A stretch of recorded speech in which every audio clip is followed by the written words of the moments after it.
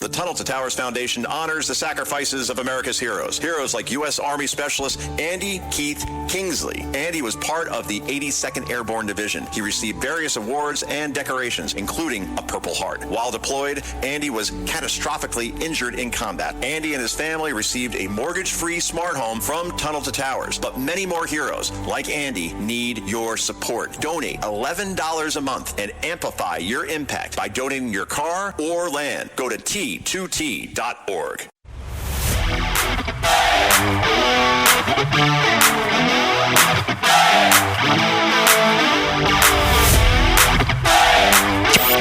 He's at war with woke. Joe Concha thinks liberals are a joke. Joe Concha. This is the Joe Concha Show, weekday edition, sponsored by the Tunnel to Towers Foundation. Here's Joe Concha. Yes. Aaron. Go. Rock. All right, this thing really heats up in a hurry. If you remember the movie The Departed, big theme from that, set in Boston. I'm working in words in between the loud parts. Here we go. Na na na na na na na na na na. What's the name of this anyway, Kevin? I have no idea. It's called "I'm Shipping Up to Boston" by the Dropkick Murphys. It's fitting. Happy St. Patrick's Day, everyone, from a guy whose mother's name was Naomi Gallagher. So, yes, there is definitely some Irish flowing through these veins on a Tuesday, March 17th of 2026. And, you know, hey, we heard from the president earlier wishing everybody a St. Patrick's Day. And we have the audio here first on Concha at Night. This is cut number 15. Go. This is your favorite president, and I just wanted to wish you a very happy and highly respected St. Patrick's Day. Yes. I'm proud to announce that no president has ever had a bigger shillelagh than I do. Well, that's it's true. the biggest and most powerful shillelagh in the history of the world. Shillelagh. Big shamrocks, too. Ooh. Nobody's ever seen anything like it. Everybody's talking about it. Nobody's ever seen anything like it, but I got along very well with St. Patrick, and I called him Pat. I said, Pat, all of the gold at the end of your rainbow, you have to give it to your favorite, or else you're going to have a lot of problems. He said to me, we don't want problems, sir, not with you. So we made a beautiful deal. I also got along well with, you may have heard of him, Lucky the Leprechaun. And he said to me, sir, he said to me, laddie, they're after me, Lucky Charms, laddie. What are we going to do about it? I said, we're not going to let them take your Lucky Charms. We're not going to do it. We're going to solve your problem. But it was the North American land whale known as Rosie O'Donnell. Oh, my. She was eating all of the Lucky Charms. She was eating everything in sight. Oh, boy. I was talking to Ireland. They said, you have to take her back, sir. She's causing another potato famine, sir. There's no end in sight. She won't stop eating, sir. Please take her back. I said, we're not going to do that. We can't do that. She's your problem now. Well, and so much for the luck of the Irish. It's very unlucky you have to deal with her, but she's your problem now. If you send her back, I said, if you send her back, we're going to tariff you 5,000% per pound. 5,000. You don't want that to happen, so they're keeping her. We deported her. They're keeping her. But I hope you have a tremendous St. Patrick's Day. As they say, may your troubles be less, may your blessings be more. Yes. And nothing but happiness come through your door. Happy St. Patrick's Day. God bless you, and thank you for your attention to this matter. Outstanding from the 47th president. Thank you so much, sir. All right. I know I have to do this legally, I guess, or something, but that was Sean Farish, who, you know, does the best imitation of President Trump. He's joined the show on several occasions, and those things are just pitch perfect. The guy in Saturday Night Live is so horrible at his Trump imitation. And they would never put a Sean Farish on because Sean's actually funny and is complimentary. He just plays into the Trump persona when the other Trump imitators like Alec Baldwin, whoever does him on Saturday Night Live, is trying to be insulting, trying to make him look foolish. And I'm sorry, that is just awesome from Mr. Sean Farish of Nashville, Tennessee, formerly of Long Island, New York, and got out of here because of the schools and the taxes like a lot of other people. And more people are leaving New York because, well, we got Zara Mamdani as our mayor, and, you know, supposed to be doing a St. Patrick's Day ceremony, and immediately this guy goes right into talking about genocide in Gaza. Yeah, happy St. Patrick's Day from your new mayor, New York. Cut number 10, go. I say this as over the past few years, as we've witnessed a genocide unfold before our eyes, there has been deafening silence from so many. For those who have long cared about universal human rights and the extension of them to Palestinians, silence, however, is nothing new. For Palestinians are so often left to weep alone. Boy, you just want to cock back and chug a Guinness after that, huh? I mean, that's inspiring stuff on St. Patrick's Day. Party on, Wayne. Party on, Garth. Zoran, no, not so much. Let's talk about genocide in Gaza. This guy who was awfully silent after October 7th, a guy who said that Israel is an apartheid state, a guy who would arrest Bibi Netanyahu if he sets foot in New York. And even on St. Patrick's Day, can't just let it go for one day, can you? Nope, won't do it. Can't do it. That's your mayor, New York. Trust me. Again, I live in New Jersey. We're not doing much better here as far as our governor is concerned. But at the same time, I just can't believe this person got 51% of the vote in New York. But maybe we run a real Republican next time. Maybe that's a good idea. Maybe not just put on somebody out there who, is doing a vanity project. So anyway, I won't get into it too much. Why do that? Let's go to cut number 7. This is Adam Stahl. He is the deputy TSA administrator. Obviously, there is a huge problem going on at airports right now. You've seen the images, just lines longer than you'll ever see. These people are exhausted. They're not being paid. And Democrats are 100% to blame. It's not even like an opinion. It's a fact. Republicans keep voting to fund the government, therefore TSA gets paid. And Democrats keep voting it down over and over again to cause chaos, to cause pain, because they hope that the media won't cover this the way it should be, which is to hold them accountable, and that there are enough misinformed, uninformed people that will just blame the party in power instead of obviously the party that keeps holding this up as far as passing this. And they keep voting against it, and somebody's going to get killed. That's the way that's going to work. Anyway, this is Adam Stahl, TSA administrator. Cut number 7, go on exactly what's going on here. We're doing absolutely everything we can. We have a national deployment office force, and we've fully depleted that. So at this point, we're fully stretched. And so, frankly, there's not much else we can do. As the weeks continue, if this continues, it's not hyperbole to suggest that we may have to quite literally shut down airports, particularly smaller ones, if call-out rates go up and we can't. A lot of these officers can't afford to come in. I talked to one officer this week. She's a single mother, and she has a special needs child, and she can't afford to pay for her special needs child's childcare. So again, I believe it's frankly unconscionable that we have Senate Democrats that are playing, they're holding our folks' financial livelihood hostage over political games, political partisanship. So we really need to get back to normal order. And it's not going to happen anytime soon. I mean, you look at the betting markets and you say, the betting markets, Conch. I mean, what are you talking about? I'm telling you, these things are more accurate. they know their stuff. And on Polymarket and Kalshi, they don't see this government shutdown that really is having, like other government shutdowns in the past, people have barely felt. But now, with TSA not getting paid in the middle of a war where we have domestic terror attacks happening in this country, and obviously the long lines that we're seeing at airports, this is something that is very real right now and very dangerous.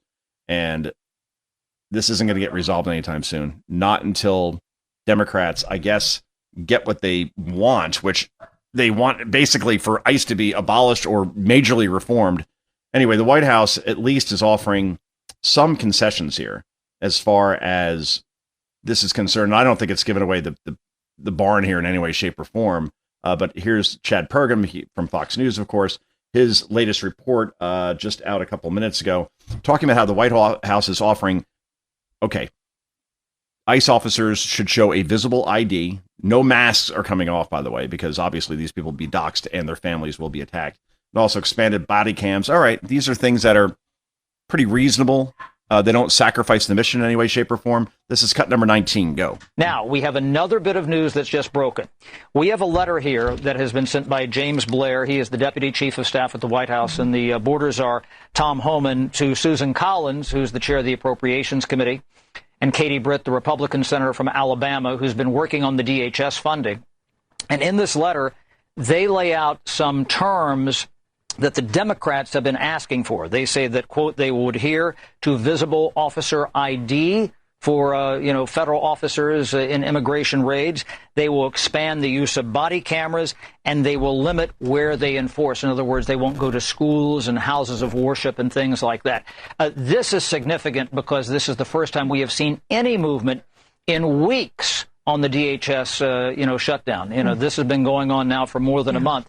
We don't know that that will result in something, but this is significant because that's the first time we've seen some movement like that by the White House. Well, it's clear the White House wants to get this done and wants to get DHS funding and TSA funded and all of that, especially in light of the threat that we've seen over the past several days of terrorism and alleged terrorist acts across this country. Chad, does that seem like it might be enough to bridge the gap here and to get that funding flowing again?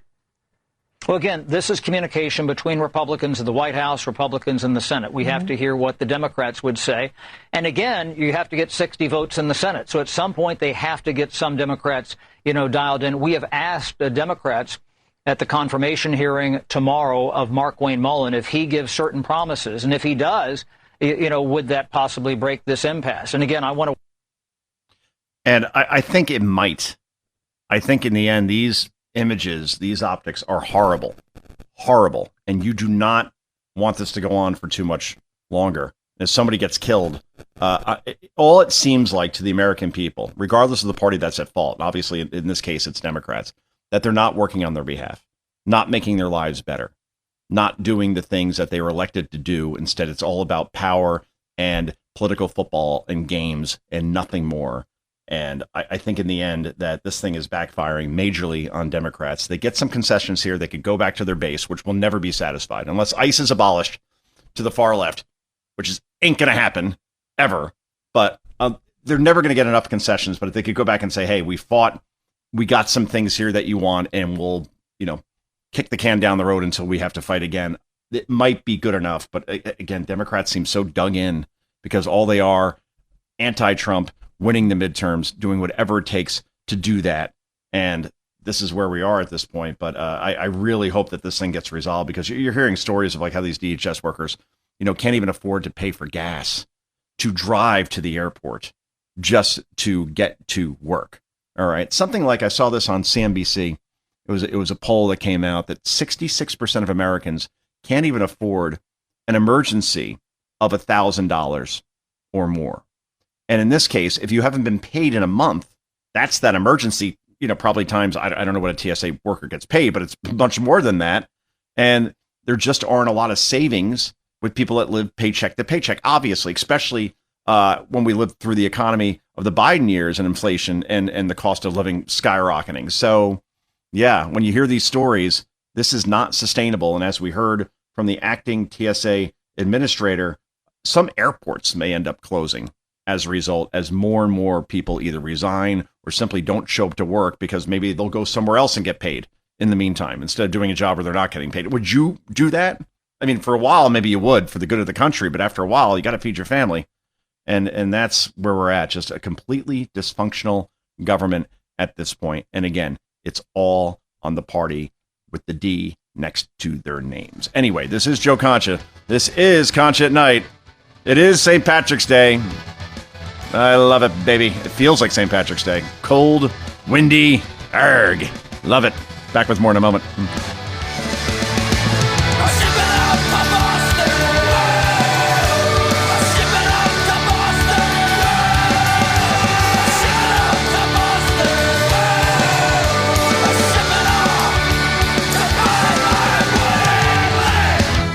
This is the Joe Concha Show, weekday edition. Joe Concha. Sponsored by the Tunnel to Towers Foundation.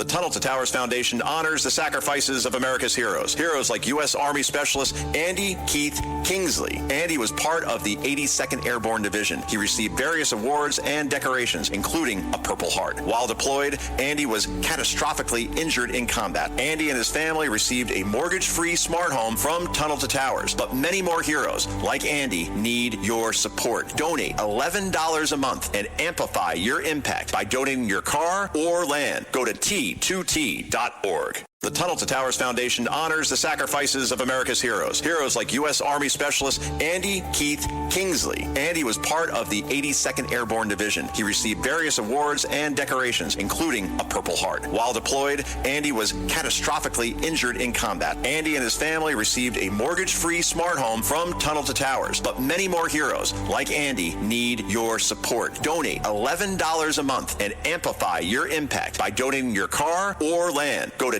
T2T.org.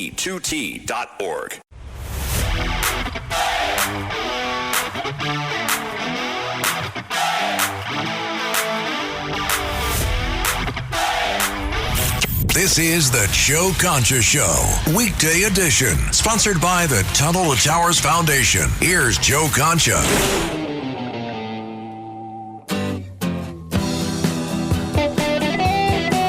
Oh, yeah. Kevin giving an education on this song. This is Whiskey in the Jar by Thin Lizzy. Okay. Famously from Dublin, Ireland. Of course. Dublin, it's kind of, like the Cuba to Great Britain. It's like about 90 miles away from across the channel, and that's that. But anyway, all great stuff there across the sea, I should say. Anyway, this is Joe Concha. Concha at Night, and of course, we love the fun clips here for what's called our B block, and in this case, we have the Gipper on St. Patrick's Day. Ronald Reagan, of course, famously our Irish 40th president, and here was his message on St. Patrick's Day in 1987. Go.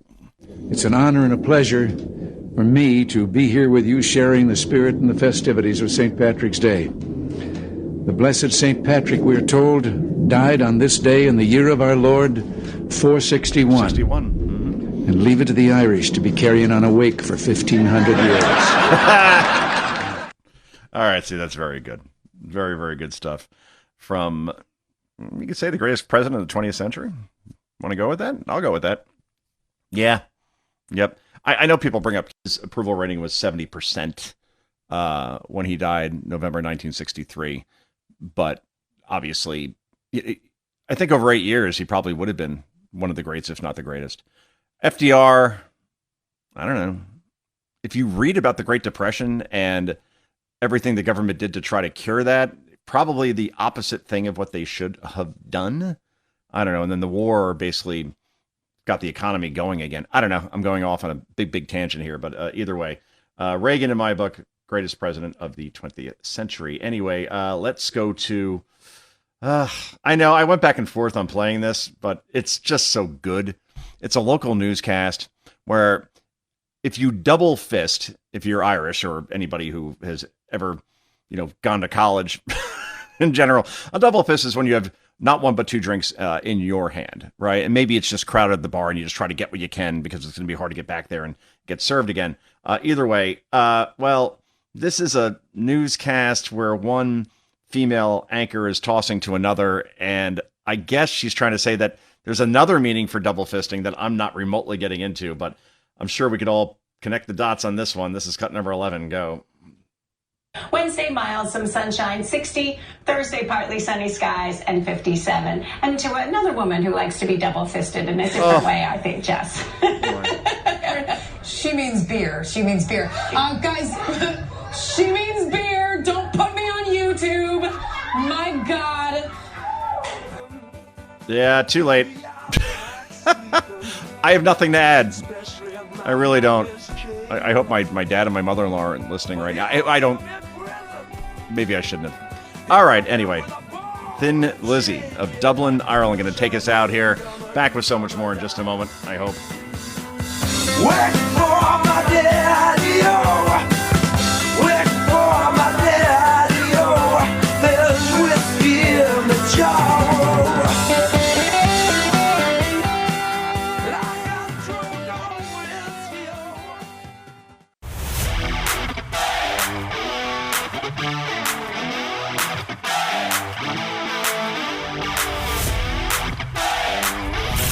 This is the Joe Concha Show, weekday edition, sponsored by the Tunnel to Towers Foundation. Here's Joe Concha.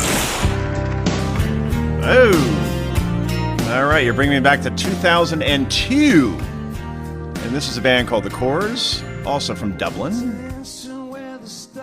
Except that sounds like Bono. Yes, he did a collaboration with them. And they're The Corrs. So it's like a chick band from Ireland. Obviously, you two also being quite Irish, especially Bono. So nice little duet going on there on this St. Patrick's Day 2026. Hopefully you survived it. Unlike other people who may not survive. Unlike John Thune, who is the Senate Majority Leader. And he's in a tough spot. All right. I'm going to try to be as diplomatic here as possible.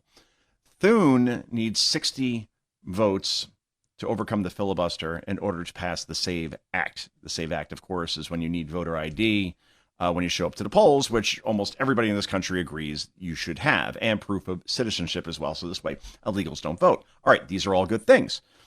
However, he doesn't have 60 votes. Republicans, they have the Senate by a 53-47 margin, and there even are at least 2 or 3 Republicans who will not vote for the SAVE Act. Lisa Murkowski, Susan Collins, you know the usual suspects in these situations. So he needs like 9, 10 Democrats to come on board, and none of them are going to do that. You even say, what about Fetterman? Nope, not even Fetterman. Fetterman says he agrees with voter ID, but he doesn't agree with the language in this particular bill. Okay. Yeah, so what do? There's a thing called a talking filibuster, which therefore you would only need a majority vote, or you just blow up the filibuster altogether, which you asked me this a year ago, I'd say you can't do that. Because when you do that, then you give Democrats free rein when they gain power to create 2 more states, D.C., Puerto Rico. That automatically adds 4 senators to the rolls, and therefore you'll never have a Senate majority again, probably. All right, so that's out. They would expand the Supreme Court. They would eliminate the Electoral College, making it only a popular vote kind of vote, where therefore run up the score in Los Angeles, Chicago, and New York, and hey, you're home. Those people in Iowa or Arizona, Nevada, Georgia, North Carolina, Michigan, Wisconsin, Pennsylvania, screw them. Just run it up in the big cities, and that's probably going to result in almost always a Democratic president. I understand that Trump won the popular vote this time around, but he was the first in 20 years. The Electoral College is there for a reason. So states that are underrepresented in terms of what they need and want, they're paid attention to. They have to be. And once you start to go to a popular vote, then that's a different ballgame altogether. And all these other smaller states would be completely ignored. And the whims of where the votes are the most in major American cities, which are almost all controlled by Democrats, that would control elections. That's why they want to get rid of the Electoral College. So add up all these things in terms of expanding the Supreme Court. I could go on and on. Now, here's the problem. I understand when Thune says, once we do this, then you can't put the toothpaste back in the tube. Democrats will do it too. All right. Republican, at least as far as their intentions here, are pure. They're good. It's, can we have secure elections where people show ID and show that they're American citizens? That's what most people agree with. Great. Democrats will use it so they can stay in power in perpetuity. In the Senate, in the White House, and then here's the thing. You think Democrats need a permission slip to do anything at this point? You think they wouldn't do this anyway the minute they come back to power? They don't need precedent. They don't need an excuse. They'll just do it. We've seen it in Virginia. Abigail Spanberger literally ran on, I am not going to redistrict the Commonwealth of Virginia. And then the minute she gets in office, boom, eliminates almost every Republican seat in a state that Kamala Harris won by 5-point-something points, and that Glenn Youngkin was the governor of for the past 4 years. It's not red. It's purplish blue, but it shouldn't be totally controlled by Democrats. That's exactly what's happening. So anytime you hear that a Democrat's a moderate, and we're not going to do that. We believe in the Constitution. We believe in what the founders established as a country where we can't just have simple majorities making major decisions. That's what the Senate exists for. It encourages, in fact, it mandates bipartisan buy-in from the other party that's not in power. And this way you can't have radical changes to laws and government left and right every time you have a majority. All that said, I think the problem is now that we're well past the point of bipartisanship and compromise. And I say blow the damn thing up now and pass the SAVE Act, and then maybe you could win the midterms. The problem is that if you don't do this and don't pass the SAVE Act, Republican voters will not show up in November. They have trouble showing up anyway when Trump is not on the ballot. Here's what Thune is saying here as far as warning what Dems may do while they're in power, but I say they'll do it anyway. So might as well just nuke the damn thing now. Cut number 17, go. That many of the things that Democrats want to do, and when they tried to nuke the filibuster a couple of years ago, were all things that we don't want to have our fingerprints on. Whether that's adding D.C. and Puerto Rico as states or expanding the Supreme Court. You can go right down the laundry list of nationalizing elections. You can go right down the laundry list of things that I think there are a lot of myself and my colleagues have great concerns about if the Democrats ever had that power handed to them. So it's throughout history, it's protected Republicans and conservative priorities and principles a lot more often than it's protected Democrats. And I get it. I get the argument completely. The problem is this is not Tip O'Neill with Ronald Reagan anymore. This isn't even Bill Clinton with Newt Gingrich.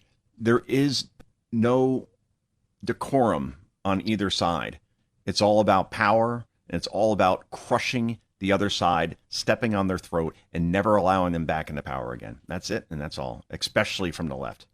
I mean, we saw what they did leading up to the 2024 election. Tried to jail President Trump. Not one, not two, three, four. Four trials. I'm not even talking about the civil ones on top of that. Just to get him off the ballot. Literally took him off the ballot in two states, Colorado and Maine. Not from a vote from the people, of course. Just a couple of people in those states decided that, yeah, Trump shouldn't be on the ballot. Why? Oh, he's going to hurt the country. Oh, yeah, that's a great reason. Awesome. So, and then the assassinations as well, which you could say they weren't political. I still don't know anything about Thomas Crooks, this kid who outflanked the Secret Service and local law enforcement in Butler, Pennsylvania, where I'll be next week, actually, for a speech. Yeah. Oh, he really wasn't working with anyone? This is just a lone wolf that was able to do all these things, fly drones over the site, make sure he got up on a building with the one line of sight to the most targeted man in the world, Donald Trump. And if he doesn't turn his head at the exact right time, his head gets blown off on national television. You're telling me he didn't have any help? And no one seems very interested in finding out exactly where that help came from. I don't know. I'm just saying that Democrats will do anything to gain power and keep it. And that includes blowing up the filibuster at the very first chance they can. So you might as well just do it now because it's going to happen anyway. Anyway is a transition we used here often on this show. Let's go to how, I don't know, educated and informed are liberals just walking down the street, and how radicalized are they at this point? As far as, do you think you have more in common, here's the question, with a Trump supporter or a radical Islamist who yells, Allah Akbar? Who do you think you'd get along with more? These are Americans giving these answers, and it is the most disturbing thing you'll hear all week, and it's only Tuesday. Cut number one, go. Who do you have more in common with, a Trump supporter or a radical Islamist? Radical Islamist. You saw someone wearing one of those red hats chanting, "Make America Great Again," or you saw someone shouting, "Allahu Akbar," running down the breezeway here. Who would you feel more safe with? The one shouting, "Allahu Akbar." Yeah. You would support the radical Islamist. Yeah. What is it about Trump supporters that you don't think you'd get along with them so well? I'm gay. But you would get along with a radical Islamist? Yes. And you're gay? Yes. In solidarity with radical Islamists, would you look at the camera and say in solidarity, "Allahu Akbar"? Allahu Akbar. And would you say, "Make America Great Again" in solidarity with the Trump supporters? No. What is a bigger threat to America today, radical Islam or Trump supporters? Trump supporters. I'll say Trump. Trump supporters and MAGA. Yeah. I would say Trump supporters and MAGA. I would have to go with the Trump supporters. Trump supporters and MAGA. Trump supporters and MAGA. Oh, the best part about that, or the worst part, the most craptastic part, we'll land on that, is that the one gay person said that they were more aligned with radical Islamists than Trump supporters. If you lived in Tehran, sweetheart, you would be thrown off a building or hung, or depending on other parts of the Middle East, stoned to death. Not a good result for you. How stupid are people in this country? Get out of your phones. Educate yourself. If you're going to be on your phones, at least educate yourself. And these people have as much of a say in terms of one vote, one person, as you do. Congratulations. These are the people that help decide elections, where they say I'm more aligned with people who yell Allahu Akbar than people who actually just voted for the other guy in Trump. There are no words. There really aren't. There also are no words for James Tallarico. Again, this is this whole moderate thing, Trojan horse thing, where you hear about a guy in Texas and he's just like Beto O'Rourke. You know, he's down the middle. Young people really love him. He's a preacher. He's a man of God. Therefore, Texans will vote for a person like this because he's in the center, and that's what people want ultimately. Well, here is Tallarico talking about how, you know, he's almost lamenting that suddenly all these people on social media are digging up all these old insane statements that he has made, and then they're going to try to paint him in the worst possible light, even though they're his own words. Cut number 2, go. They're going to throw everything they've got at us. They're going to dig up all kinds of, you know, old statements, take them out of context, and try to paint them in the worst possible light, because this is the only playbook they have in 2026. Right. Okay, take him out of context. Let's play this in full context, okay? No edits here. Kevin, this will be cut number 3, and you tell me what conclusion you come to here, and tell me, is this taken out of context, or does this maniac actually believe this about how many biological sexes there are on this planet as far as human beings are concerned? This is cut number 3, go.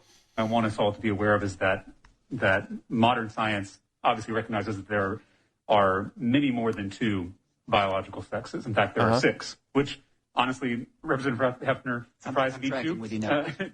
Surprised me too, because I am not well versed in this issue area. I'm not a scientist. I'm a politician, a lot worse than a scientist. 6? Can the person talking to him there say, can you identify the 6 outside of male and female? James? Well, I'm not a scientist. I'm just a politician. You're a moron. 6 genders. Was that taken out of context? He's positive that there's 6, even though he's not a scientist. It's one thing to go, hey, there might not be just 2, but to go, there's 6. That's it. 6. Yeah. It's 1, 2, 3, 4, 5, 6. There's 6. I know that exactly, but I'm not a scientist. It's so definitive. It's like the Jets haven't won a Super Bowl since 1969. That is a fact. 6 genders, apparently in this guy's world, is also a fact. Wow. Thank you, Kevin. You're exactly right about that, how just sure of himself he is, despite having no qualifications whatsoever, even though you don't need qualifications. It's guy and girl. That's it. Let's keep going, shall we? This is cut number 4, where God apparently is non-binary or something. Cut number 4. Is both masculine and feminine and everything in between. God is non-binary. Is that taken out of context? Did we edit that in any way to make it sound like an AI version of James Tallarico said that? No, he said God is non-binary. Okay. In Texas, good luck.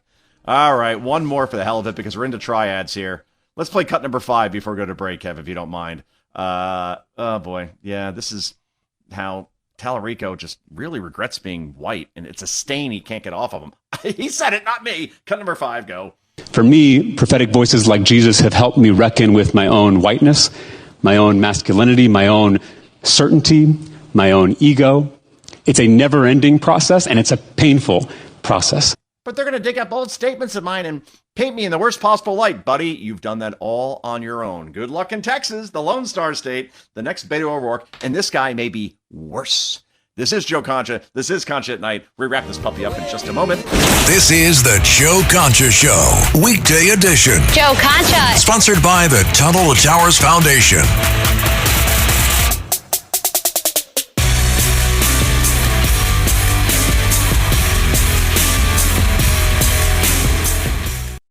This episode is brought to you by Cologuard. Do you know what's really scary? Not screening for colon cancer when you turn 45. The Cologuard test is non-invasive, requires no special prep or time off work, and ships right to your door. In just 3 simple steps, Cologuard takes the scare out of colon cancer screening. If you're 45 or older and at average risk, ask your healthcare provider about the Cologuard test. Cologuard is available by prescription only. Learn more or request a prescription today at Cologuard.com/screen. Baseball is back, and the first pitch is on Netflix. The New York Yankees, led by 7-time All-Star Aaron Judge, head to the San Francisco Bay to take on Rafael Devers' San Francisco Giants. This season kicks off with one exclusive opening night game. Watch MLB Opening Night, the New York Yankees versus the San Francisco Giants, live on Netflix. Wednesday, March 25th at 8 p.m. Eastern, 5 p.m. Pacific.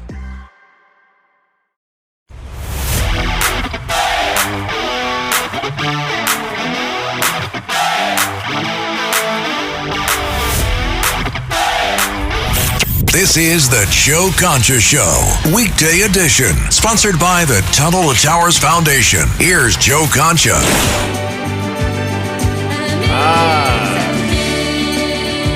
You know I'm such a fool for you.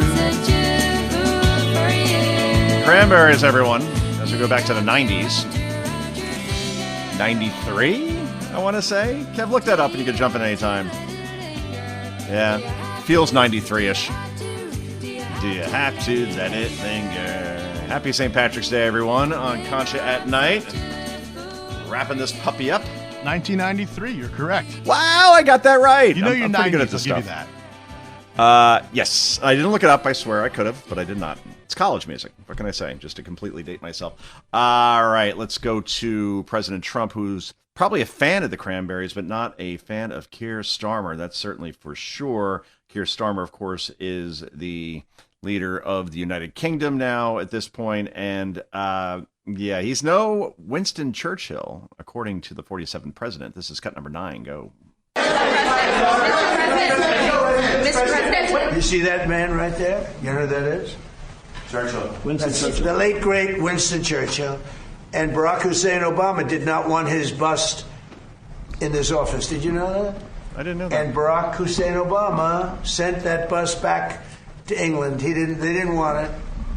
And when I came in, I was asked if I wanted it. I said, absolutely, I want it.